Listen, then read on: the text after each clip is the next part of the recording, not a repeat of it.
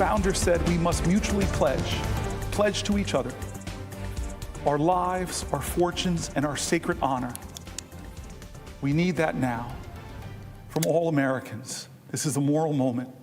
It's not left or right, it's right or wrong.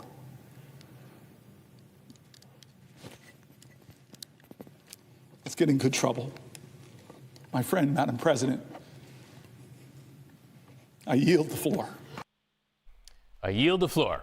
Those words from Senator Cory Booker, now a part of a record-setting bit of history in this United States.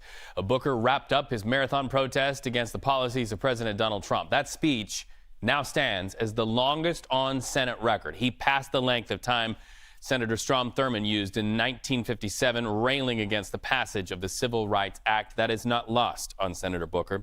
25 hours and 5 minutes, 1,164 pages of prepared material. Booker's social media team all the while amplifying his speech to voters. Booker's TikTok live stream getting 350 million likes. The senator's office says they received more than 28,000 voicemails of encouragement. House Minority Leader Hakeem Jeffries praised Booker just moments ago. Listen.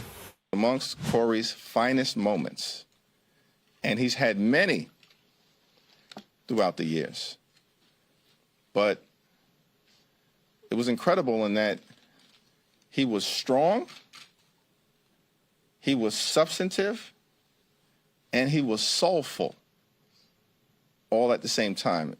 It was an intellectually powerful speech,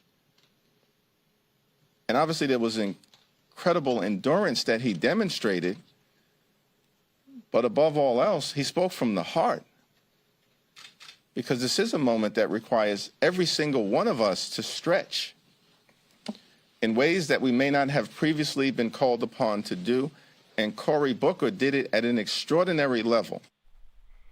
An extraordinary level and a transcript that could literally be a book. Let's go live now to CBS News congressional correspondent Nikole Killion. Nikole, nice to have you with us. Democrats had been under fire in some of their town halls recently for not going toe-to-toe with Donald Trump as strongly as a lot of their constituents felt like they should. Does this represent a little bit of a sea change where that narrative is concerned, do you think, among voters? Well, I think it remains to be seen. I would note that Leader Hakeem Jeffries was one of a number of House Democrats that were in the chamber yesterday as Senator Booker crossed that threshold and broke that record of the longest Senate floor speech, along with his Senate Democratic colleagues. But look, you know, after he walked off the floor and had a chance to sit down for a few minutes, I did ask him if this was going to be a tactic that we will see Democrats employ in the future as a more creative way to protest the Trump agenda, considering that some Democrats have gotten blowback for not doing enough. Take a listen to his response. There's a lot of people out there asking Democrats to do more and to take risks and do things differently. This seemed like the right thing to do, and from what my staff is telling me, a lot of people watched, and so we'll see what it is. I just think a lot of us have to do a lot more, including myself.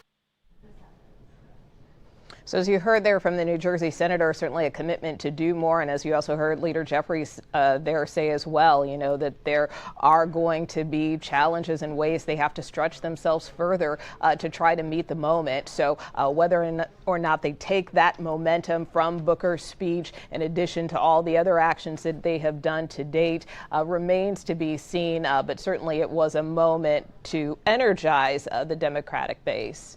Right. Democrats don't have majority votes, but they certainly had the views after that marathon speech. I want to shift to something else. The Senate Commerce and Transportation Committee is holding those hearings on Boeing. What have you heard so far out of those hearings? Yeah, that's right. Well, really, this was a hearing primarily focused around safety, particularly in light of a number of accidents involving Boeing planes, most notably the 737 MAX, of course. And many people remember the one incident with Alaska Airlines where the door plug blew off, and that raised a lot of concerns, and there had been previous to that a number of plane crashes. So this is really an opportunity for the new CEO, Kelly Ortberg, to explain what the company is doing to improve safety. And the CEO acknowledged it as much, saying that the company has made some serious missteps, that they are unacceptable, but they are working to make more improvement, make more changes to avoid tragedies like this in the future. Well, that hearing playing out against the backdrop of the knowing that at 4 p.m. Eastern, President Trump will be in the Rose Garden elaborating on his tariffs. We also know at the same time that some Republicans from Congress will be meeting with the president today. Do you have any idea of what those meetings are about? Yeah, that's right. Well, this is all part of ongoing discussions that the White House has been having with congressional Republicans to advance President Trump's legislative agenda. Of course, we have seen the president sign a number of executive orders into his term, but he does need some legislative meat and backing to really turbocharge his agenda, whether that is with respect to the border, energy, extending his tax cuts. So that's where Congress comes in, and so Republicans have been working on a budget package. They want to expedite it through a process known as reconciliation, and the Senate is going to start the next phase of that this week.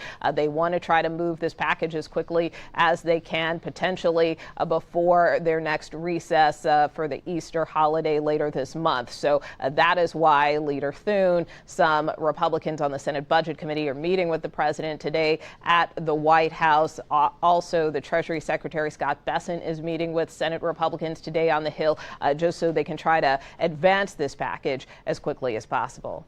Not only does Nikole Killion have a calendar for herself, but she keeps a watch of everybody else's calendars as well, and you do it perfectly. Nikole Killion, nice to talk to you today. Thank you so much.